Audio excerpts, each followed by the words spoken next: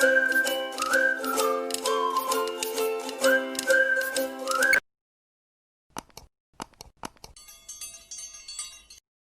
Everyone, I am Priya and welcome back to management plus. आज के हम वीडियो में पढ़ने वाले हैं बहुत सारे डिफरेंसेस को। तो डिफरेंसेस कौन कौन से होंगे? सोल प्रोप्राइटरशिप और पार्टनरशिप के बीच के डिफरेंस को, पार्टनरशिप और ज्वाइंट स्टॉक कंपनी के बिजनेस को पढ़ने वाले हैं। तो जो सबसे पहला मीनिंग के बेसिस पे हम कंपैरिजन देखेंगे। देखो, सोल प्रोप्राइटरशिप का मीनिंग क्या होता है? एक ऐसा फॉर्म ऑफ बिजनेस ऑर्गेनाइजेशन जो कि एक पर्सन के द्वारा ओन किया जाता है, ऑपरेट किया जाता है। Means what? एक ही पर्सन उसका ओनर होता है और एक ही पर्सन उस पूरे बिजनेस को ऑपरेट करता है, जिसको कि हम बोलते हैं सोल प्रोप्राइटरशिप बिजनेस। फिर हम बात करें अगर पार्टनरशिप बिजनेस की, तो वो एक ऐसा फॉर्म ऑफ बिजनेस होता है जहां दो या दो से अधिक लोग प्रॉफिट या लॉस को म्यूचुअली शेयर करने के लिए बिजनेस में आते हैं। That is known as partnership business. तो ये मीनिंग के बेसिस पे फर्स्ट डिफरेंस आपने देखा। दूसरा डिफरेंस होगा गवर्निंग एक्ट के बेसिस पे। तो देखो, पार्टनरशिप बिजनेस को गवर्न करने के लिए कोई भी स्पेसिफिक एक्ट नहीं होता, लेकिन जब बात करते हैं पार्टनरशिप बिजनेस की, तो पार्टनरशिप को गवर्न करने के लिए इंडियन पार्टनरशिप एक्ट 1932 होता है। अब देखिए, ओनर्स की बात करें तो जो सोल प्रोप्राइटरशिप के ओनर्स होते हैं उनको हम सोल ट्रेडर या सोल प्रोप्राइटर कहते हैं।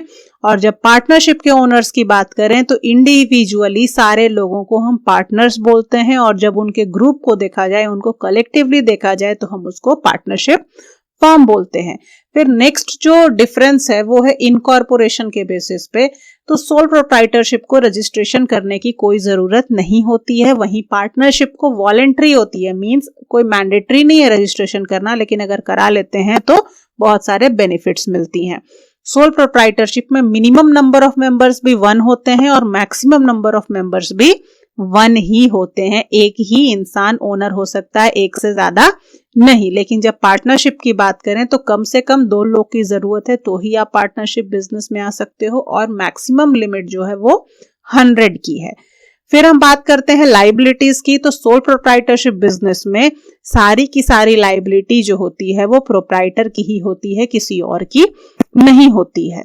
अगर लॉस हुआ तो भी उनकी जिम्मेवारी, प्रॉफिट हुआ तो भी उनकी जिम्मेवारी।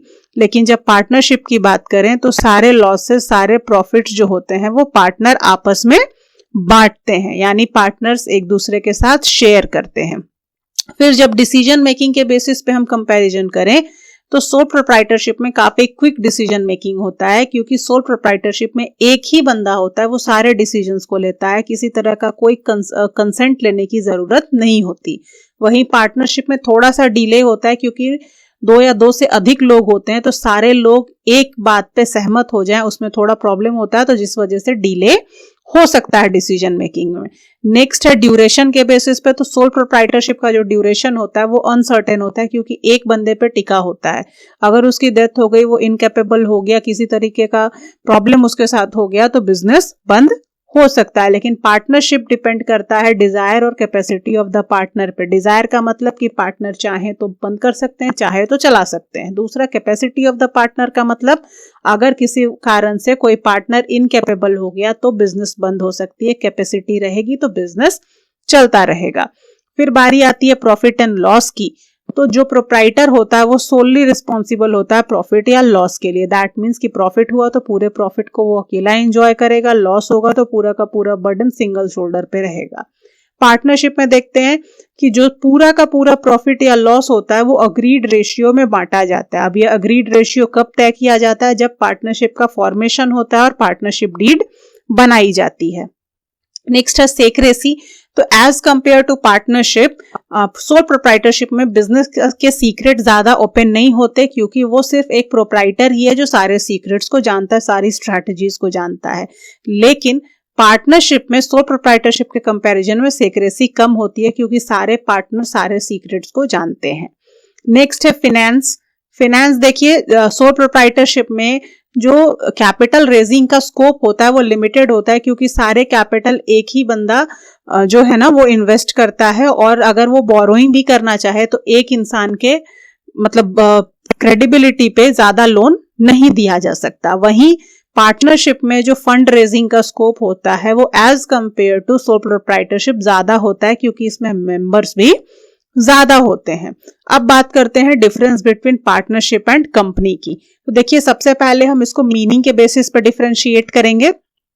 फर्स्ट क्या है, पार्टनरशिप का मतलब क्या होता है, when 2 or more person agree to carry on a business and share the profit and loss mutually, it is known as partnership firm।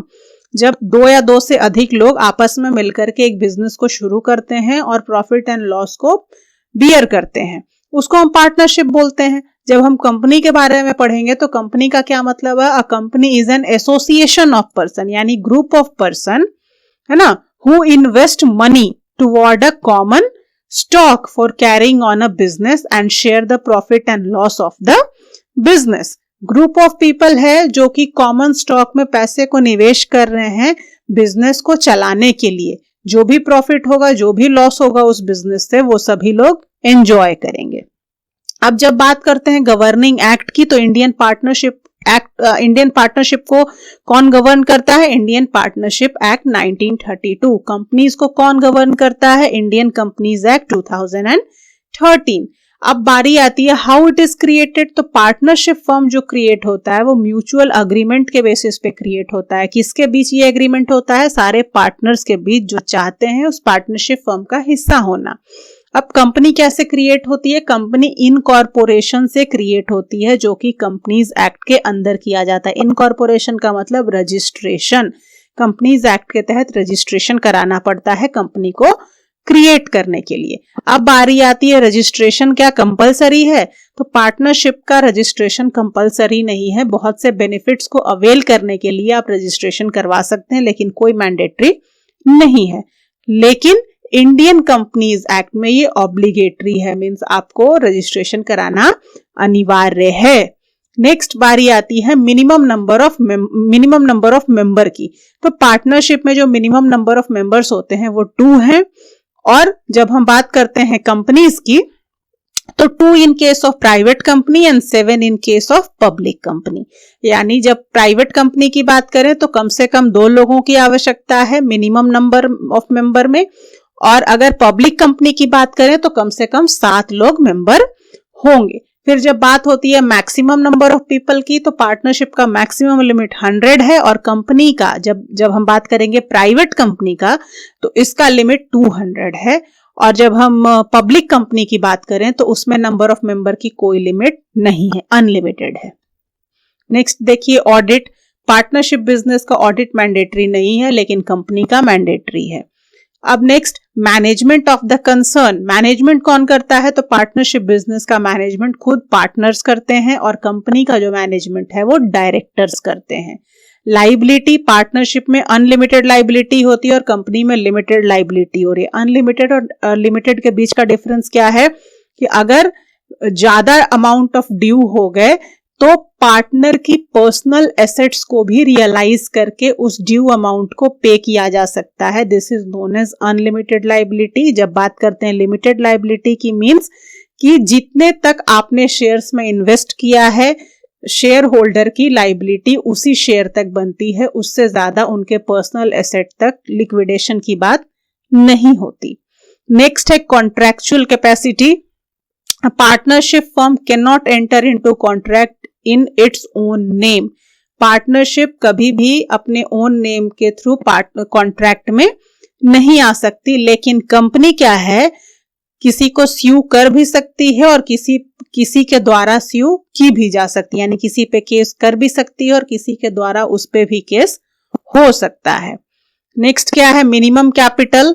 Minimum capital ऐसा कोई रिक्वायर्ड नहीं है। पार्टनरशिप बिजनेस आप कितने भी कैपिटल के साथ, ऐसा कुछ फिक्स नहीं किया गया, लेकिन कंपनी के लिए ये मिनिमम कैपिटल कम से कम 1 लाख प्राइवेट कंपनी के लिए और 5 लाख पब्लिक कंपनी के लिए। अगर आपको प्राइवेट कंपनी खोलनी है तो कम से कम 1 लाख का कैपिटल चाहिए, पब्लिक कंपनी खोलनी है तो 5 लाख का कैपिटल चाहिए। यूज ऑफ वर्ड कोई खास जरूरी नहीं है। ऐसा नहीं है कि आपको पार्टनरशिप का कोई जरूरी एक इक्विवेलेंट नाम रखना जरूरी है, लेकिन इसमें आपको वर्ड का यूज करना जरूरी है कंपनी के केस में। अगर आप प्राइवेट कंपनी है तो private limited company, public company है तो लिमिटेड कंपनी आपको लिखनी पड़ती है। लिमिटेड कंपनी और private limited company as in the case, अगर आप प्राइवेट हैं तो प्राइवेट लिमिटेड कंपनी और आप पब्लिक हैं तो लिमिटेड कंपनी आपको लगानी होती है अपने नाम के पीछे। लीगल फॉर्मेलिटीज इन डिसोल्यूशन और वाइंडिंग अप, क्या वाइंडिंग अप में कोई लीगल फॉर्मेलिटी की जरूरत है? तो पार्टनरशिप में आप कहोगे नहीं, किसी तरीके की कोई लीगल फॉर्मेलिटी की जरूरत नहीं है, बस सारे पार्टनर्स को उनके इंटरेस्ट और उनके शेयर्स दे दिए जाते हैं वाइंड अप के दौरान। लेकिन जब कंपनी की बात करें तो बहुत से लीगल फॉर्मेलिटीज की जरूरत होती है जब कंपनी वाइंड अप हो रहा है। तो जब बात करते हैं सेपरेट लीगल एंटिटी की, तो पार्टनरशिप में कोई सेपरेट लीगल एंटिटी नहीं होती है, जबकि कंपनी में होती है। म्यूचुअल एजेंसी, देखो पार्टनरशिप में म्यूचुअल एजेंसी होती है, यानी कि एक जो पार्टनर होता है एक ही टाइम पे एजेंट और प्रिंसिपल दोनों का रोल अदा करता है। वहीं कंपनी में म्यूचुअल एजेंसी का कॉन्सेप्ट नहीं होता है। So that's all about today's video. अगर वीडियो पसंद आया हो तो लाइक और शेयर जरूर करना, और नए आए हो तो चैनल को सब्सक्राइब जरूर करना। मिलते हैं नेक्स्ट वीडियो में, तब तक के लिए स्टे ट्यून्ड।